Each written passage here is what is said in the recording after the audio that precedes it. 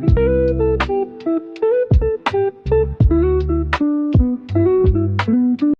cuties. ගෙදර ඉඳන්ම hair color එකක් දාන විදිය බලමුද? එක දිගට පොඩි ප්‍රශ්න ටිකක් වුණ නිසා මං හිතුවා hair color එකක් දැම්මොත් හොඳයි කියලා පොඩි වෙනසකටත් එක්ක.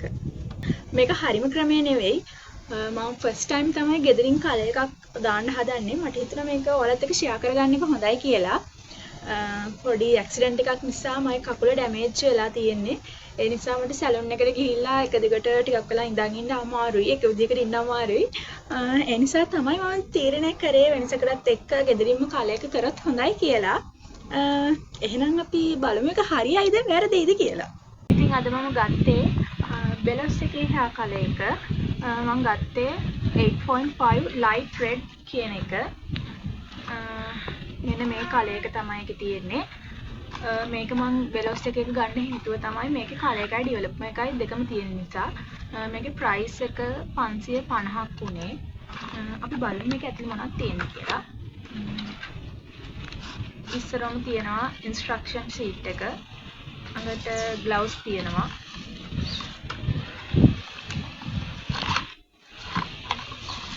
ඊළඟට hair color එකයි developer එකයි තියෙනවා.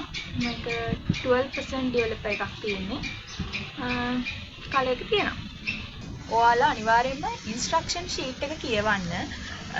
මේක කරන විදිය තියෙනවා. ඒ වගේම එකින් එකට වෙනස් වෙන නිසා අනිවාර්යෙන් මේක කියවන්න. ඒ වගේම ඔයාලා first time color කරන කෙනෙක් නම් allergy test එක කරලා ඉන්න. මම නම් බෙලොස් එකේ colors කලින් කරලා තියෙන නිසා allergy test එක කරන්නේ නැහැ දැන්. ඔයාලා අනිවාර්යෙන්ම gloves use කරන්න මතක ඇතුව කොණ්ඩේ wash කරලා dry කරගෙන ඇවිත් තියෙන්නේ. අපි එහෙනම් දැන් color එක apply කරමු. මම ගිහින් ඇඳුම change කරන් ආව නැත්තම් color එක ගෑවෙන නිසා එහෙනම් අපි ඉස්සරහම කොණ්ඩේ section කරන් යමු. මම කොණ්ඩේ section කරගත්තා. දැන් අපි color එක මේකට හදාගමු. plastic cup එකක් ගන්න ඕනේ. මට color mix කරන cup එකක් නැහැ. ඒ නිසා මම මේක ගත්තා. අපි එහෙනම් color එක හදාගමු. ප්ලාස්ටික් කප් එකට කලර් ටියුබ් එකේ තියෙන ක්‍රීම් එක දාගන්න ඉස්සරෝම. ඊට පස්සේ ඒකට ඩෙවලොපර් බොටල් එක දාගන්න. මේක 1:1 රේෂියෝ එක තියෙන්නේ. කලර් එකයි ඩෙවලොපර් එකයි හොඳට මික්ස් වෙන විදියට හොඳට මික්ස් කරලා ගන්න. කලර් එක මික්ස් කරගත්තා. මෙන්න මේ පාට තියෙන්නේ. මේක දැන් අපි ගාගමු. මම ඉස්සරහම කොණ්ඩේ මේ ටිකේ ගා ගන්න හදන ඉස්සරහින් පටන් අරගෙන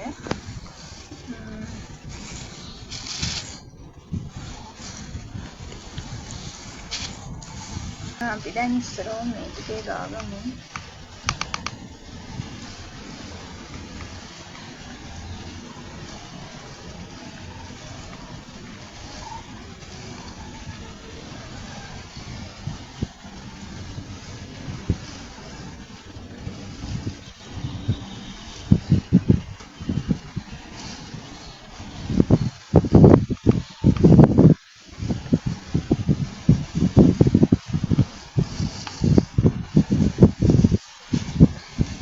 මෙතන හුලඟ වැඩි කොණ්ඩේ හපව ඉස්සරහට එනවා.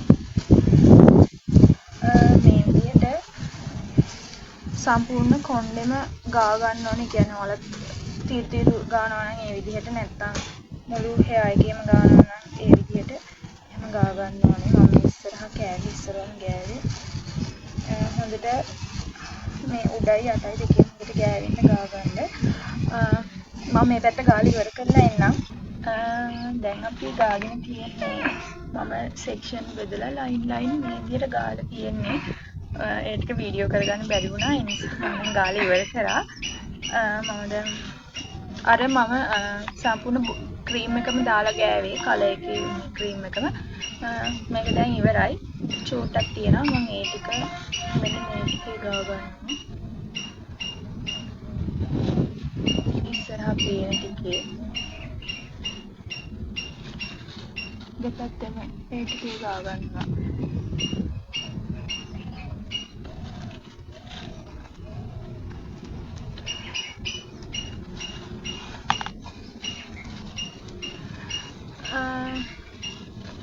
ඉතින් දැන් කලර් එක ගාලා නම් ඉවරයි.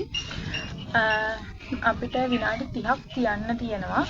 විනාඩි 30කින් පස්සේ වොෂ් කරගෙන ඇවිල්ලා අපි බලමු කලර් එක කොයි විදිහටද ඇවිල්ලා තියෙන්නේ කියලා. දැන් කොණ්ඩේ වොෂ් කරගෙන ආවේ. පොඩි කලර් එකක් පේනවා ඇති ඔයාලට තියෙනවා. මේ අටත් කලර් එක තියෙනවා. අපි එහෙනම් ඩ්‍රයර් කරගෙන ඇවිල්ලාම හරි කලර් එක බලමු. මම දැන් කොණ්ඩේ වොෂ් කරගෙන ඩ්‍රයර් කරගෙන ඇවිත් තියෙන්නේ. මෙන්න මේ විදිහට තමයි කලර් එක තියෙන්නේ.